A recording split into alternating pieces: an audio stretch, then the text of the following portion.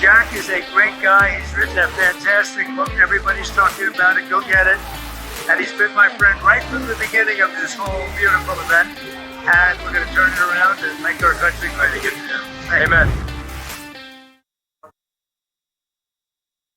All right, Jack Posobiec, here we are back. Human Events Daily. A little bit of a truncated show today. A lot going on. Complicated business behind the scenes here at Human Events Daily. Working on a few things that will be made public at the appropriate time. But here's something that President Trump made public just yesterday with the Truth Social post that he put up for the entire world to see. And he talked about gold, and he talked about the fact that there will be no tariffs on gold. He put up the Truth Social post. And folks, think about it. When you think of Trump, right, Donald Trump, you think of gold. It's almost synonymous. It's his hotels, it's his penthouse, it's all of the things that he's put together. It's almost synonymous with gold itself. And so the fact that he's tying all of these new economic programs to no tariffs on gold and thought it was important enough to raise to the level of public awareness is something that we should all be focusing on. And so in order to do so, I said, we got to get Alex Abkarian on from Allegiance Gold to walk us through all of this. Alex, how are you? I'm well, thanks. How are you, Jack? I'm doing great. So Alex, what does it mean? What does it mean when President Trump says that there will be no tariffs on gold? How does this affect the market, and why is he excluding this precious metal? Well, when you think about President Trump, as you mentioned, let's reference the number of gold scenarios that he utilized, from the Golden Age, the Golden Dome, the gold standard science, to the gold decor that he has in his office. He even appointed a Treasury Secretary that was also labeled as a gold bug, especially when he was managing the Soros Fund. So coming back to your question, the media played it off that this was a misinformation. As a matter of fact, the way I think about President Trump, I think this was a deliberate strategic move. And here's why. 3 takeaways that I learned, and I studied this. Number one, he wanted to see the market reaction, because Thursday is when the news broke, right? 39% tariff on gold imported from Switzerland, 1 kilo bar and 100 ounces. Nothing occurred on Friday. There was a little bit of a signaling, but in the last 3 days, the media was mute. And then all of a sudden, President Trump and on his Truth Social tweeted his actual position. Now, why is this important? We got to understand the backdrop of this. In the last 3 years, we've seen an influx of gold imports from Switzerland. Once you understand the numbers, you understand the reasoning behind this strategic chess positioning. In 2023, we've imported about 6.1 billion. 2024, double that, about 11 billion. During the first 6 months of the year, we've imported about 39.2 billion Swiss franc, almost 4 times that. And obviously, Switzerland is one of the valves of the gold refineries. So half of the imports came from Switzerland. So the first reaction that President Trump was looking, in my opinion, is to understand where is the pressure points, okay? So that's very much of a valuable intel. The second thing was to signal both to allies and to our adversaries. I think last time on the show, we talked about the BRICS nation. We talked about how central banks have been de-dollarizing and minimizing the utilization of dollar as an alternative and going into gold.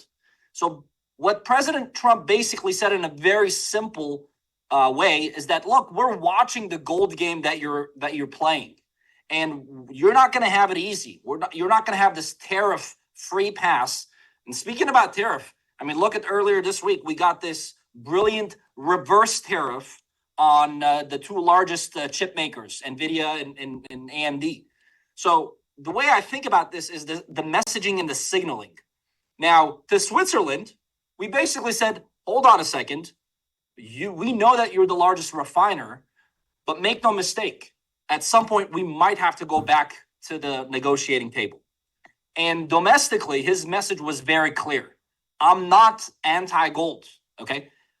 but I may use it as a bargaining chip at some point. So in a nutshell, what does this mean? When the US, the largest, the most important country in the world, talks about gold, the world pays attention. And what we're seeing is that overall, demand is gradually growing. Yes, gold went up all the way up to 3,500 overnight on Thursday night, and now it leveled off. So in a nutshell, the three takeaways is this is not a surprise. This is not labeled misinformation. This is strategic positioning, and we've seen President Trump utilize that over and over, specifically in his second term. So taking a look at that, and of course, we've seen the rise of precious metals throughout the entire scope of what President Trump has accomplished since coming back to office in January. How does China play into all of this? Okay. Well, China obviously is leading the BRICS nation. If we go back 5 years, they used to have about $1.3 trillion in U.S. Treasury bonds. Gradually, they've been dropping that to right now it's about $780 billion. What have they been doing? Alternatively, they've been buying more gold. But you have to understand the psyche of the BRICS nation and specifically China. China is the world #1 gold producer and yet importer. Russia is the second largest gold producer. Their frustration is, well, we're the ones who are producing this. Why should we let the West, the COMEX market, which the future contracts brings in, it's the largest future gold contract, about 500 billion. Why should we let the West control the price discovery when we are the producers? So here's what China's doing in the background. Strategically, we just delayed another tariff to November 9th. We're still doing a lot of the negotiations, and President Trump alluded that there's been some progress. So in the background, China's action is much louder than what they're saying. Gold is increasing, U.S. Treasury dependency is dropping. And that's a problem for us down the line because they also have their Shanghai exchange. Here in the U.S., we have the COMEX. The second one is the London bullion market. But gold is migrating from west to east. Their intention is not only do we want to control the product, but we also want to be the players that set the price as opposed to depending on the U.S. And that's just like the CCP all over. They don't want to just run the game. They want to run the entire house. You know, and what do you say to people then who say, well, you know, I hear you, but I'll wait for gold to go down before I get involved? Oh, I've been hearing that for the past 5 years. We saw what occurred in 2020. When gold hit 2,000 in August 2020, a lot of people said, oh, this is the all-time high. Look, gold is a strategic asset. It's an actual way of wealth. You're not looking at this to trade on a day in, day out. Year to date, the dollar is down about 10%. Gold is up 25%. You have to understand how gold performed during President Trump's first term. It improved by about 53%. The dollar's dropped. Right now, we're in a fight with the Federal Reserve. We have an ability to add a new governor, and we're in discussions to potentially lower the interest rates. So all roads are leading to gold. Gold is not only about this protective asset, that it's a hedge against inflation. It's no longer just acting that. Gold is not even acting as a safe haven asset because economically we don't have any major setbacks. So for folks that are considering by looking at their statement and measuring their wealth only in terms of dollars, they're missing out. Gold is a great diversifier against economic uncertainties, against anything to do with the currency and the market in general. So don't think about gold as this archaic way of an asset that is not doing anything. Think about how can I position myself similar to central banks?